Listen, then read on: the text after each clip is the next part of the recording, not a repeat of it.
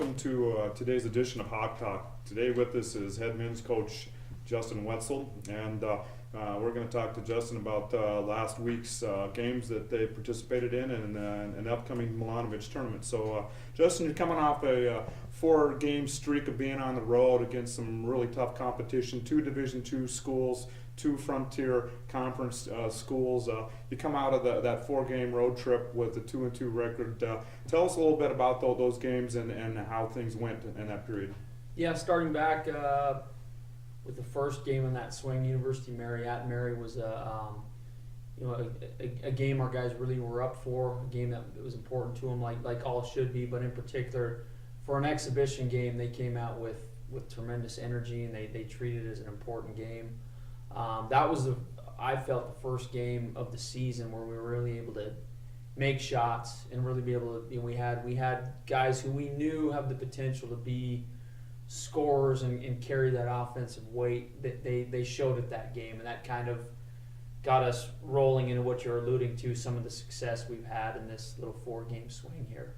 Okay. Also, another a big win in that stretch is you go out to Butte, Montana, and Helen, Montana for a back-to-back Friday night, Saturday night, and you go into Butte and play a very good Butte team that we just played a week earlier, and then turn around the next night and play a very good Carroll College. Talk about that back-to-back road trip. We know that back-to-back road trips are always difficult, not only the travel, but the difficulty of preparing for 2 solid teams.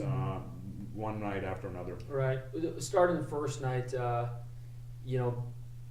Montana Tech came out and played really well. They shot the ball unbelievably, over 70% from the field, 82% from the three-point line. I mean, credit them. I mean, I can't go into a gym and make 82% by myself. So they came out there and really shot the ball well. Just got us on our heels, and we were playing catch-up all night. And to kind of allude what you're saying, back-to-back nights, we made a conscious effort with some, to make a run to start of the second half. And if we didn't have it within the first 10 minutes, we were going to maybe save our legs for the next night, kind of get our guys who play heavy minutes, get them out of the rotation. So we tried to make a push to start that second half. Didn't quite have it. They continued to shooting. We thought, hey, law of average is going to play out, and they shot the exact same percentage, 19 for 24, both halves. So they came out, and it didn't drop off for them. So we were able to, the silver lining of that is 2 things. One, we were able to save some legs for the next night. And 2, in preseason, we were able to challenge our guys and ourselves really of, hey, how are we going to respond? We dropped a tough one. We have less than 24 hours to turn around and play. Let's see how we'll respond. And to alluding to what you're saying is we came out and played very well in a tough environment at Carroll College against a very good team who's now 9-2 on the year. And again, in a hostile environment, we were 11 lead changes, 9 times it was tied. For us to come out with a win like that, it shows a lot after a difficult loss the night before. It shows a lot of the character of our guys. Yeah.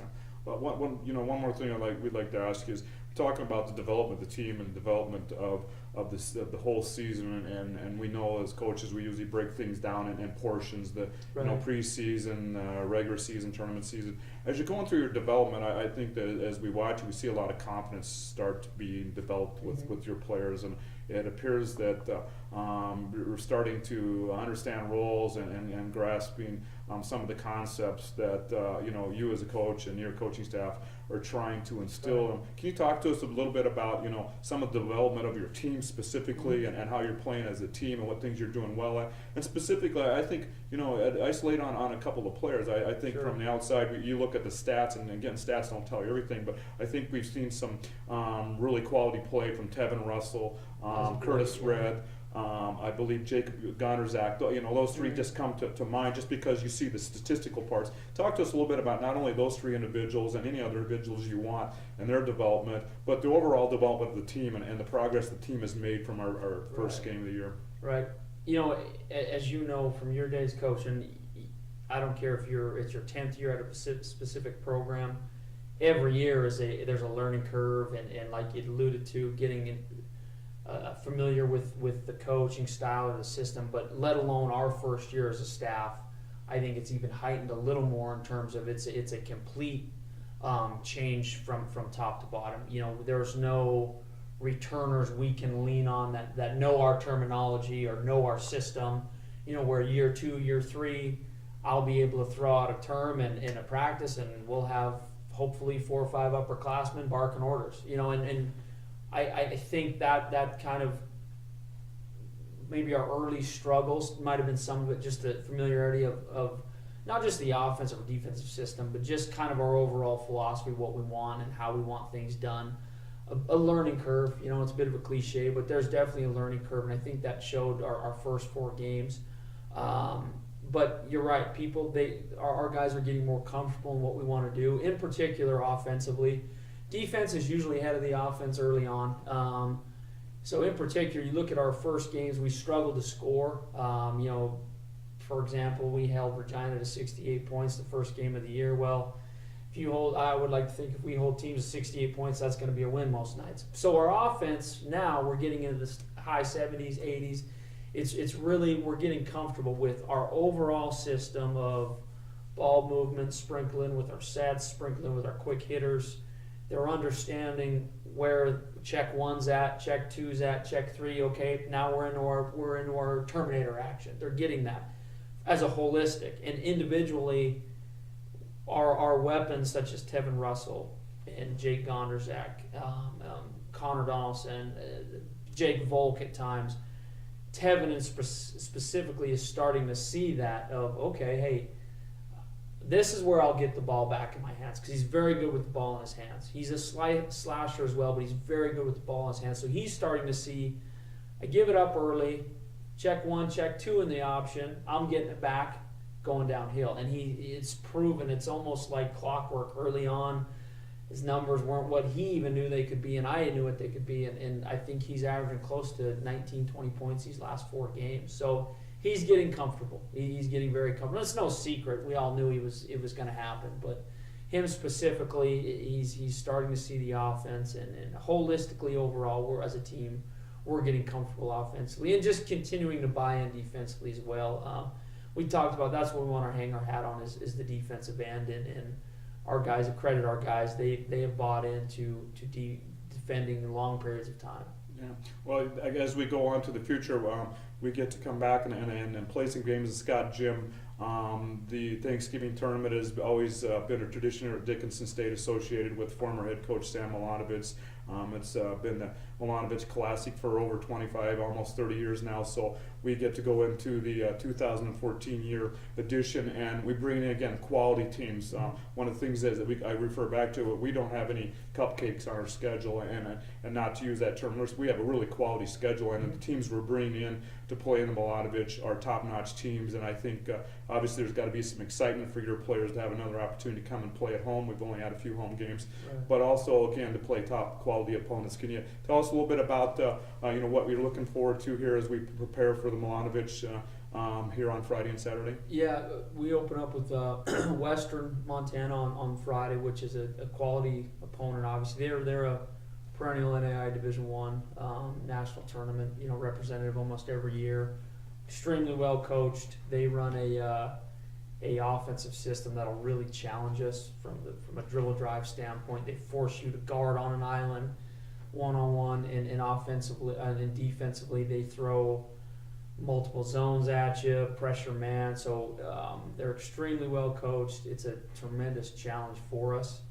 And it's an opportunity to play it against the national tournament quality opponent. And Saturday doesn't get any easier. Rocky Mountain College, who's playing extremely well. They've knocked off Division IIs. They beat number 1 Vanguard 2 weeks ago. This is a program that won a national championship in 2009. So, their resume speaks for themselves. High octane. Offensively, in terms of they want to get out and transition and just go. They will challenge you to guard at all times. The ball's even going through the net, they're going to challenge you to get out and guard. And we'd want it no other way. It's we tell our guys, we're experiencing some success now, but we know we'll have our lulls, and just we're sharpening the sword for league play. That's what we're trying to do. These games will be will prepare us, win or lose, for league play, and that's really how we're approaching it. We think it's more than, we want to approach every game. These two in particular is, hey, we can win these, and I believe we can. But it's tremendous to have teams like this coming into your gym. It's a great opportunity for our guys to get better and our fans. And one thing I want to add is Augsburg College is the third program coming in. They'll be partnered with us playing Rocky and Western, and that's a quality Division III program. So there's going to be some really good basketball coming into this gym over the weekend. Augsburg is had an NBA player 4 or 5 years ago from their program. His name escapes me now, but it's a quality program. So there'll be some really good basketball in Scott Gym. And Coach Grob would talk about the women's schedule, but it'll be a good opportunity to come out and see some good basketball. Yeah, I know as fans of basketball, it's a great weekend.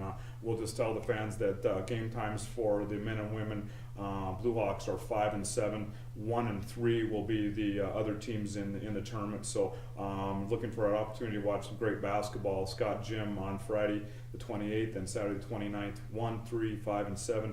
Opportunity to see some great college basketball. With that, Coach, we want to thank you for taking your time. We appreciate to visit with us, and want to wish you good luck in Milanovich and as we move forward here. Thank you.